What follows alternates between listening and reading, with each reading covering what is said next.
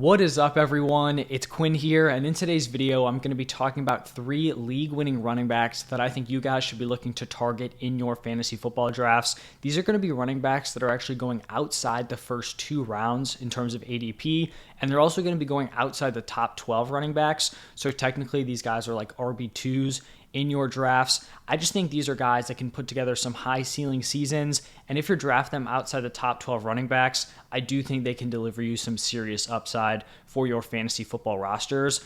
Before I do jump into those players, I want to let you guys know that I've linked my rankings down below in the description. So you can see my top 200 rankings, both one quarterback and super flex. You can make your own copy. There's like a thing where you can check the players off so you can see which players have already been drafted. If you guys do want to use those in your drafts, that is going to be down below. So just wanted to let you guys know about that. But let's just jump right into it. So starting off with my first league-winning running back, it's going to be Jamir Gibbs. If you've been following the channel, you probably knew Jamir Gibbs was going to be in this video. He's been drafted as the running back 14 at like the round 3-4 turn. He's pretty much been one of my favorite targets all offseason long. It does seem like his price is rising, especially like in more competitive leagues. In super competitive leagues, he's honestly going like early 3rd round pretty consistently. But according to consensus ADP, which takes into account a bunch of different platforms, he's still going after guys like Najee, Mixon, Ramondre, and Travis Etienne. I'd be taking Jamir Gibbs over those 4 guys that I just mentioned.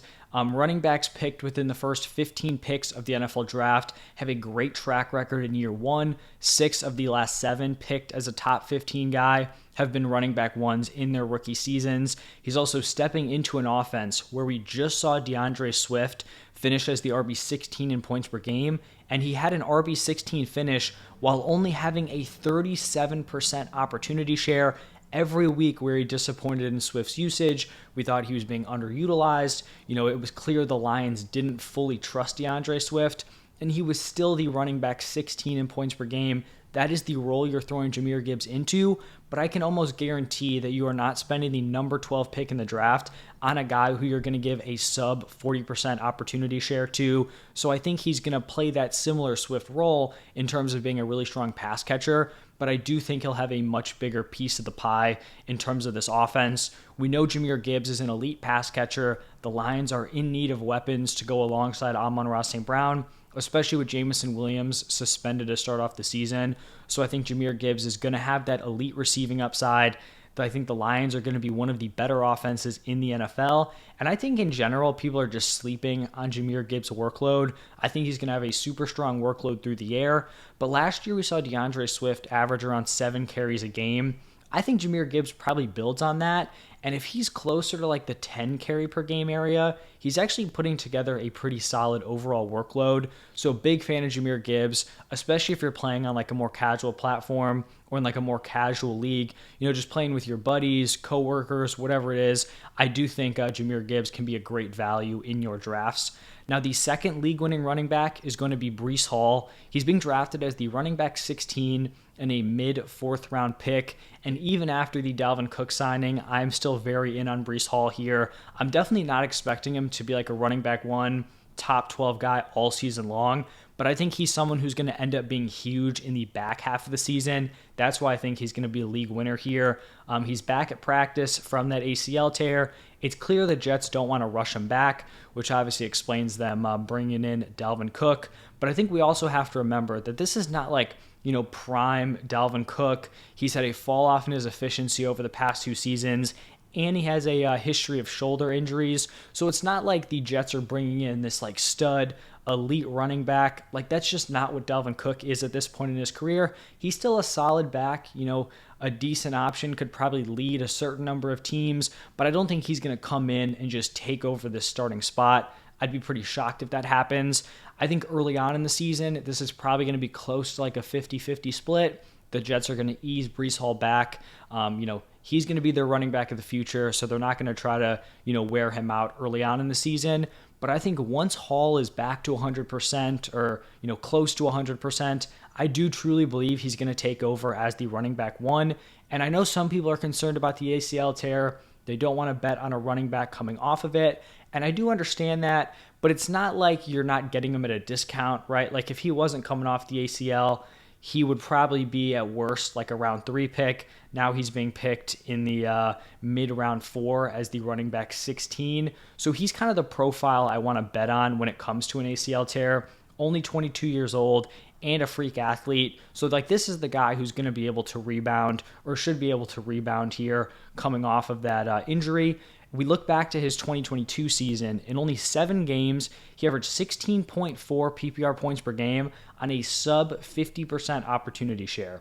So he was getting less than 50% of the work in that Jets backfield and was still the running back 8 in points per game. So I think that just kind of points to the success that Breece Hall can have this season. He's not a guy who's going to need this ginormous workload to be a fantasy running back 1. He kind of has like that Tony Pollard level efficiency. We saw the same thing with Pollard last year. He was a top 10 running back with, I think it was like a 48% opportunity share. Breece was at 49, so very, very close there. And if we do give Breece Hall a workhorse role, like he's in a running back 1 overall contention. In a split with Dalvin Cook, I still think he can deliver you a running back 1 season. You're getting him as like a high to mid-tier running back 2. And I kind of feel like his season outlook is similar to what you kind of consider with a rookie, where rookies, they come in, they may struggle early on, they may not break out in their offenses, and they may not be great in your lineup early on, but they can end up turning into league winners down the stretch to really just dominate your fantasy seasons. Like Jonathan Taylor's rookie season comes to mind, where early on he wasn't great, was kind of in a split. Then over the last chunk of the season, he just like dominates. I think that's what we could see here with Breece Hall. Not to mention the fact that this offense is just better overall, right? Like they added Aaron Rodgers. He was already really strong in that poor offense last season in those 7 games. So I am a fan of Breece Hall. I think in more competitive leagues, his value is probably going to be like, about where I have him. Like I have him as like an early 4th round guy, like a 3-4 turn pick. Like if you're getting him there, I think it's fair value. I think the serious value is going to come in your more casual platforms where he's going to be falling late 4th round, maybe even 5th round in some of your drafts. If you're getting him at that point, I just think he's a smash pick in that area. Now, my 3rd and final league-winning running back is going to be Damien Pierce. He's being drafted as the running back 18 in the mid-5th round, and Pierce is someone who has been a massive riser in my rankings, and I haven't been someone who's like historically really high on Damien Pierce. I think he's had some legit question marks throughout the offseason. He's a day 3 running back pick. I typically don't like betting on those guys because historically, like those day 3 options have very little job security. They can easily get replaced, whether it's the draft, free agency. Teams just, don't really value those options. We saw it with James Robinson. We've seen it with Elijah Mitchell. It's happened to a ton of guys before them. And then also we look back to last season, and Damien Pierce was really strong on the ground. He was a great runner, but he wasn't able to work out a significant role as a pass catcher, which if you're playing on a bad offense and you're not getting receiving work, it's just not a great situation to bet on. The Texans added Devin Singletary. We didn't exactly know how this Texans offense would operate. How would they use these running backs? What would the split look like? But from what we've seen in the preseason, things are looking pretty great for Damien Pierce. In the Texans' last preseason game, he played every snap on the team's first 2 drives. They were playing their starters. He played 14 out of 14 snaps. And not only did he play on every snap, but he also ran a route on every single drop back. Typically in the preseason, teams will actually go out of their way to mix up their personnel. That's not what the Texans did. They just gave Damien Pierce that workhorse role. I think the fact that he dominated the opportunities is a fantastic sign moving forward. And even if the Texans aren't going to be a top offense, volume is going to be king at the running back position. If you're getting solid volume, you have a nice workload, even on a bad offense, you can still put up some really, really strong fantasy numbers. At this point, Pierce looks like he's on his way to having one of the higher opportunity shares in the NFL. I actually have him as my running back 15, jumped him up a few spots since I went through my last set of rankings. I view him as a mid-4th round pick. I really didn't think I'd be this much higher than consensus on Damien Pierce, but I'm pretty much like a full round ahead of ADP. I have him ranked right behind ETN and Mixon. I have him ranked ahead of Najee Harris. I think there's an argument to have Damien Pierce as high as running back 12. I think you could argue him ahead of Mixon, ETN, maybe even Breece Hall. Like, I wouldn't put them that high, but I do think the argument can be made. Like, that group of Hall, ETN, Mixon, they all have their own pros and cons. So I do think that argument, like I said, could be made. But I do think at the very least, Damien Pierce belongs in with those guys. What we saw in the preseason was very encouraging.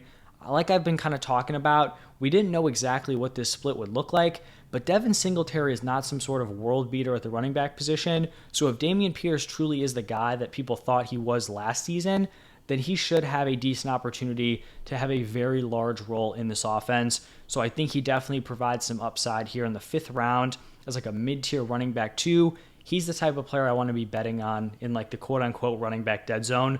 So those are going to be my 3 league-winning running backs. Got Jamir Gibbs, Breece Hall, and Damien Pierce. 3 players I'd be looking to target in your fantasy drafts. Like I said at the top, if you want to check out the rankings, those are going to be in the description. You can just make your own copy, check off the players. Like I said, no pressure to use those, but if you are interested, the link is there. If you guys enjoyed the video, do me a huge favor, hit that like button and subscribe to the channel. Thank you all for stopping by, and I will see you in the next one.